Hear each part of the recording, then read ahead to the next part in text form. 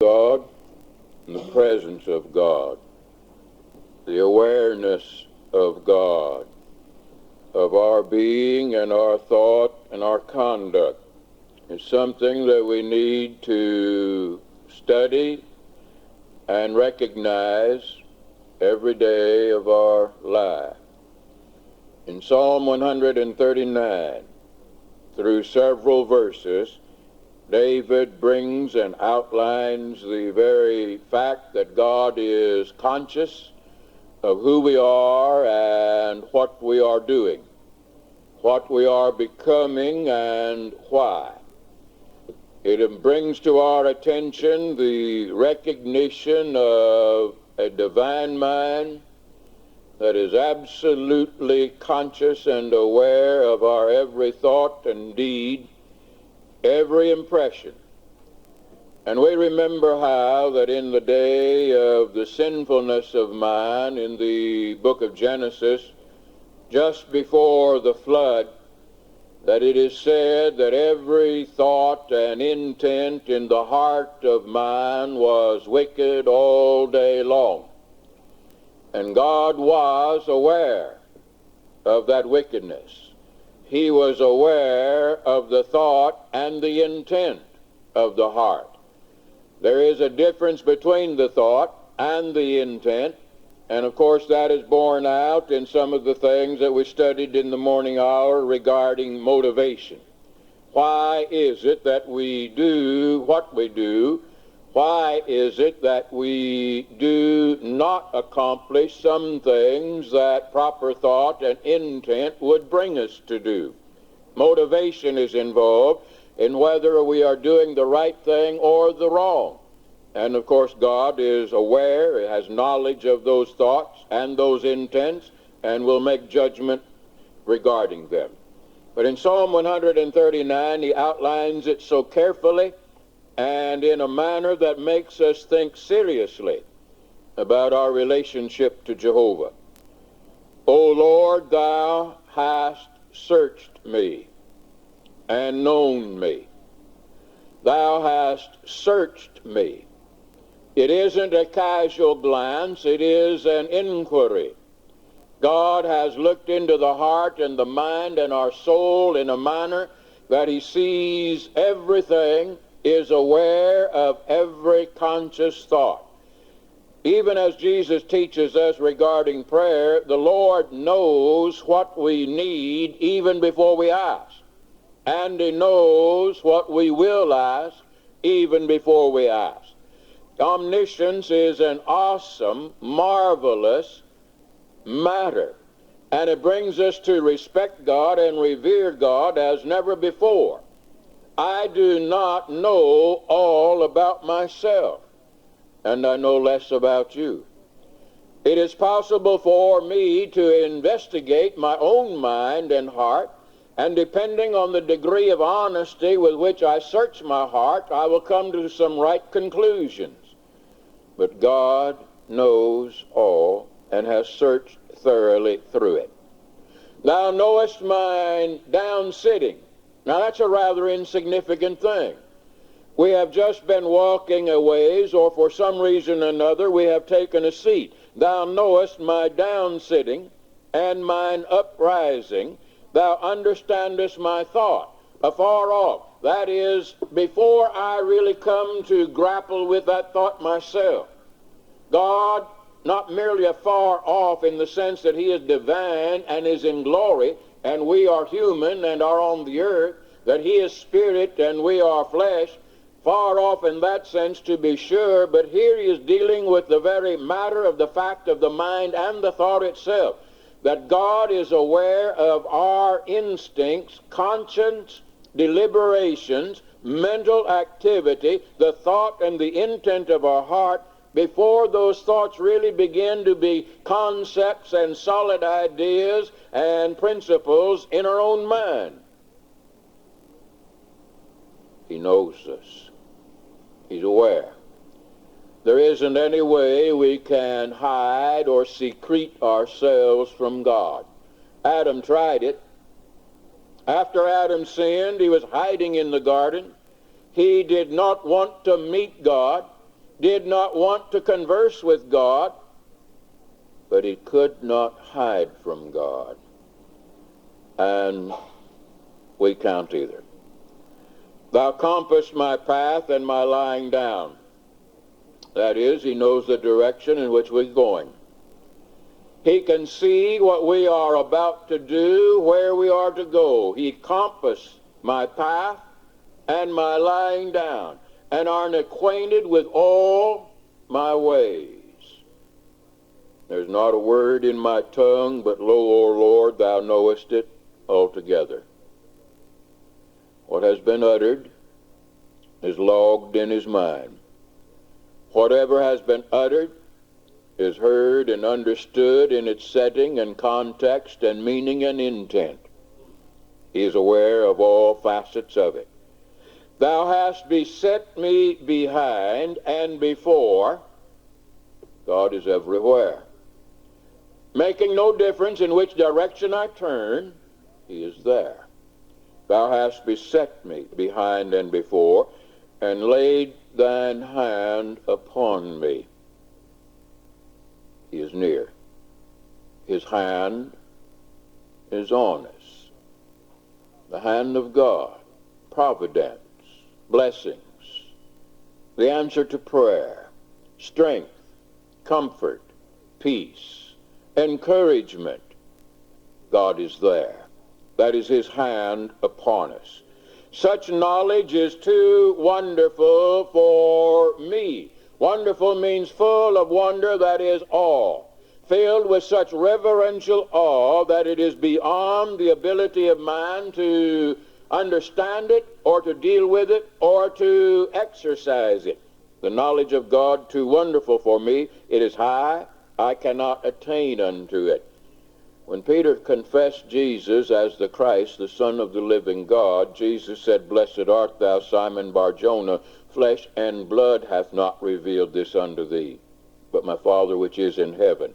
This is not a knowledge that we can attain by search and study.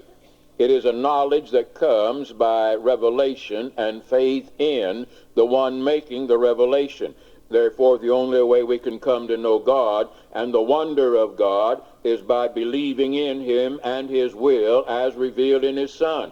Whither shall I go from thy Spirit? In the effort that I want to dismiss myself from God, divide myself away from God, where can I go to hide myself, or whither shall I flee from thy presence? How can I find some way to put a barrier between me and God? Everyone in sin, everyone who is unwilling to abandon sin, everyone contemplating sin and endeavoring to justify it in their lives have to find a way to build a wall between themselves and God, to set themselves secret from God. Not that they want to literally be alienated from God, which is what is accomplished in their sinfulness. They don't understand the consequences of alienation from God, but they want a barrier, they want a hiding place, they want a refuge from God, not realizing that God is their refuge from the real enemies of their life. God is the refuge from Satan and sin and temptation and horror. God is that refuge that provides strength and encouragement, comfort and hope and peace. God is going to grant unto us those positive, grand blessings which we desire. He will bring the ease into our heart and the peace that passeth understanding. He is the refuge that we seek and need and ought to desire. But we're trying to build a wall between him to hide from his presence. But it can't be done. And through several verses and applications, David shows that it cannot be done. If I ascend up into heaven, thou art there. If I make my bed in hell, thou art there. If we lift ourselves positively in the highest spiritual rank, our religion is as near to God as we know can be accomplished in our lives. God is certainly there. If I make my bed in hell, the grave, the tomb, the Hadean world, that intermediate state, Hades, the realm of the dead. If my bed is in the realm of the dead, behold, thou art there. If I take the wings of the morning and dwell in the uttermost parts of the sea, even there shall thy hand lead me, and thy right hand shall hold me. I can only be in one place at a time. We do not really, in an intelligent fashion, think upon, that is, in a serious way at least, several matters at once. When we do, we become confused. They begin to run together. But now we're seeing that it makes no difference who we are, where we are, what we have done, what we think. God is aware of every one of us, and there are teeming millions, yea, billions of people on the earth. And the billions and billions of thoughts that pass through their mind, the billions of actions and deeds, the conduct of every individual, God is aware of all and in all ways, in every place of every one. And David is building a case for omniscience and omnipresence and omnipotence that is staggering to the mind. If I say, surely the darkness shall cover me, even the night shall be light about me. In one of the teachings of Jesus, he discusses the spirit and the attitude of man given to sin, to the effect that he will do his deeds of crime in the night, under that cover of darkness, thinking that it will not be detected or known. And David said, the darkness, if I say it will cover me, even the night becomes light about me. God is seeing through that darkness. He does not see darkness as we see darkness. He is still aware of us, and in the spirit of this human illustration, he can yet see us even in the darkness of the night. It is light about me. Yea, the darkness hideth not from thee, but the night shineth as the day. The darkness and the light are both alike to thee. There is no hiding place in darkness. Thou hast possessed my reign. Now here's the reason. The reason why God is so aware of us, conscious of us, and is able to see all that is within us is that he made us. He made us. The inventor, and I reckon most of them are, at least for a moment on that matter, to be regarded as a genius. The inventor has come up with something that is peculiar to his mind and to his mechanical ability. And when he brings it all together, whatever it is, machinery, a rocket, an airplane, a jet, a contraption of any sort, he knows all about it. He put it together. He knows every part that is in it. He knows the purpose of every part that is in it. If it breaks down, he knows exactly what has broken down by realizing that there is a deficiency in the action of that machine, and he knows what has happened to bring it to its stall or to its stop. Thou hast possessed my reins. God owns us, possesses us, inasmuch as he has created us. Thou hast covered me in my mother's womb. The possession of the reins of man, the reins being the symbol, therefore, of the living essence of man and the direction and the conduct of man, this has been in the hand of God from the time that he covered me in my mother's womb. He made me. I will therefore praise thee, for I am fearfully and wonderfully made. Marvelous are thy works, and that my soul knoweth right well. My soul knoweth that right well. In the flesh, man tries to deny it. by our own intelligence, by our own wisdom, by our own arts and sciences, by our own studies of life and the origin of life and the theories of the origin of life, we try to come up with this idea and that notion or some other theory as to how man came into being. But David said, in my soul I know something right well. And that thing that I know is that I am fearfully and wonderfully made. Fearfully is with full reverence. Wonderfully is with great awe. It is a marvel. And marvelous are thy works. And that my soul knoweth right well. My substance, my being, in the forming period, just before birth, when I was made in secret, was not hid from thee.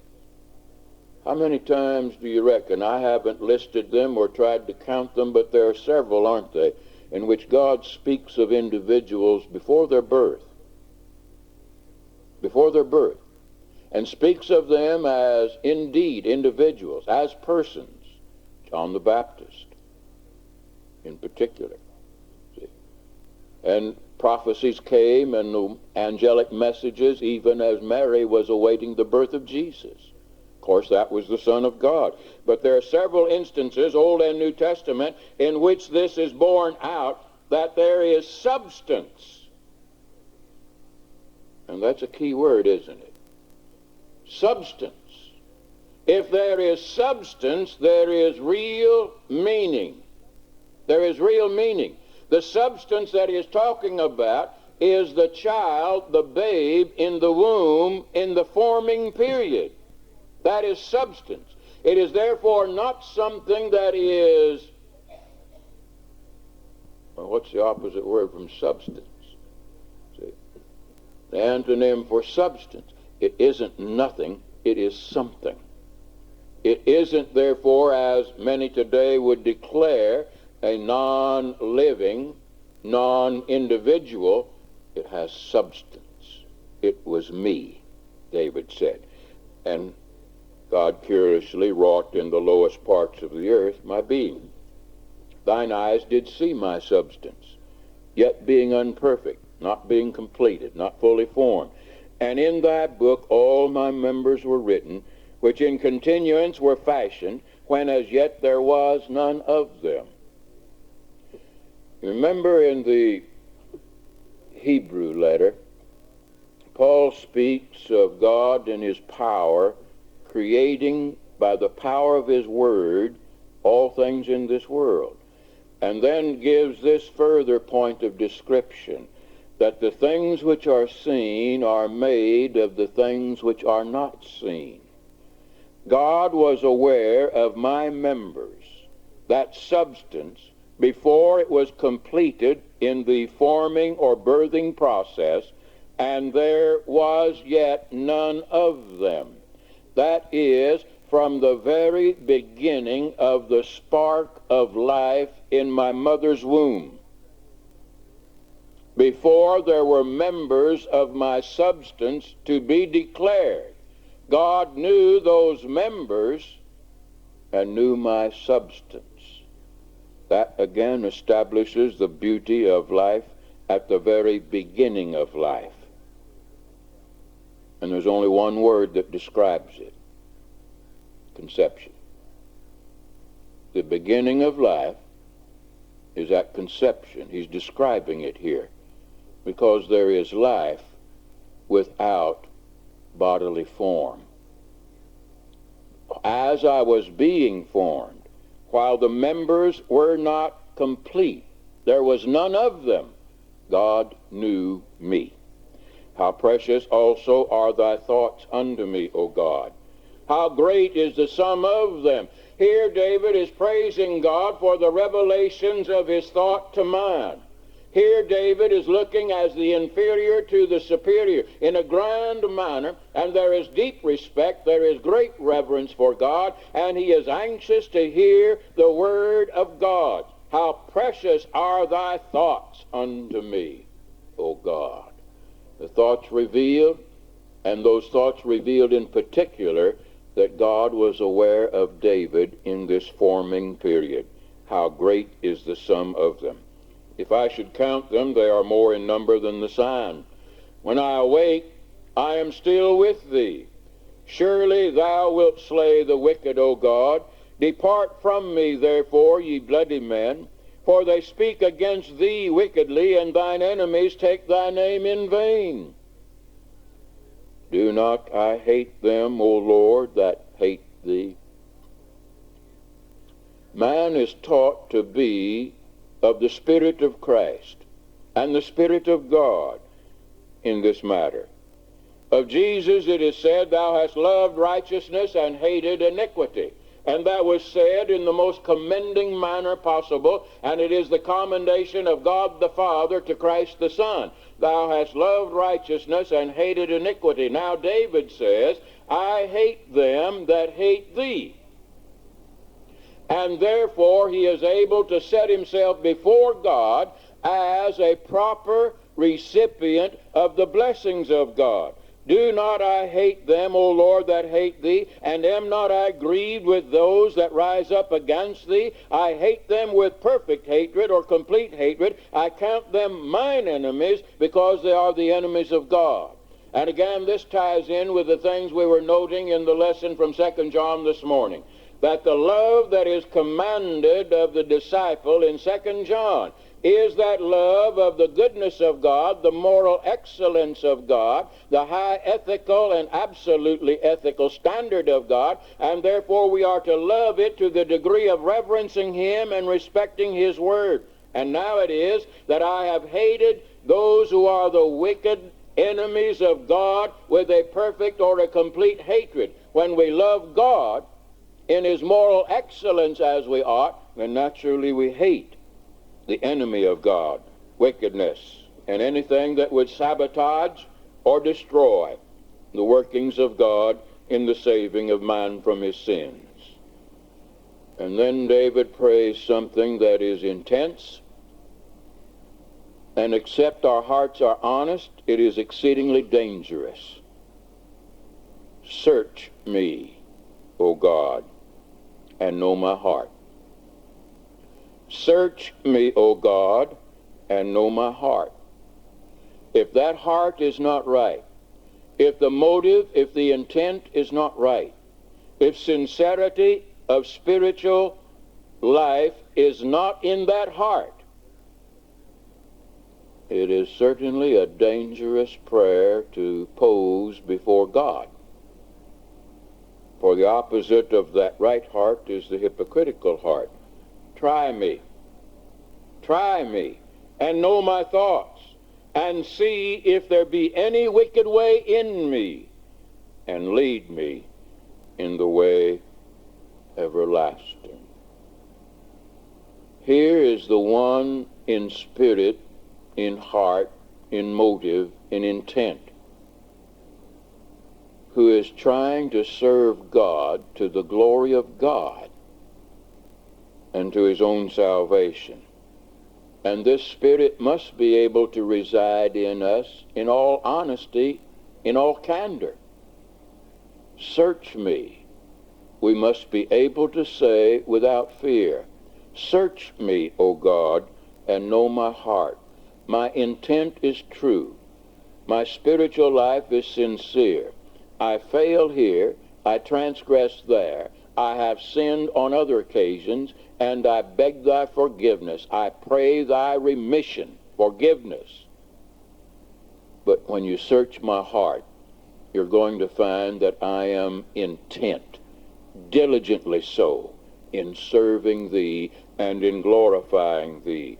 And my thoughts are to know thy will and to feel thy will. And my thoughts are that I am determined to refrain from the wicked way, and any wickedness that is in me, bring it out of me. That is, strike my attention with it. Let me see it, and lead me, that I might come into the way everlasting.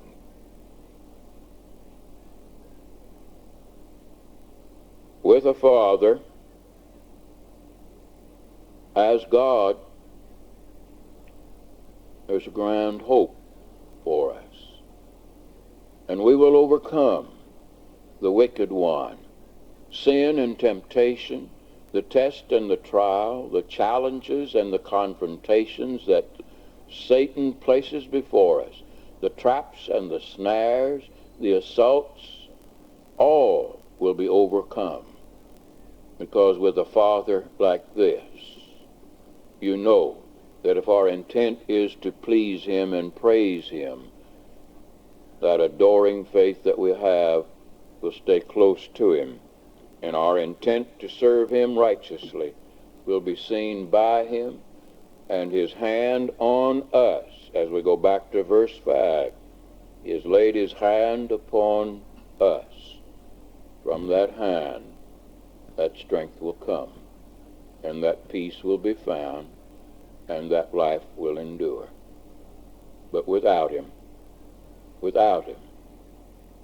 are nothing, and hopeless and helpless. And without him, we cannot accomplish it. With him, all is well. Are you a Christian? Are you walking with the Lord? Is his strength your strength? Is his life your life? If you need him, will you come tonight while we stand and as we sing for your encouragement?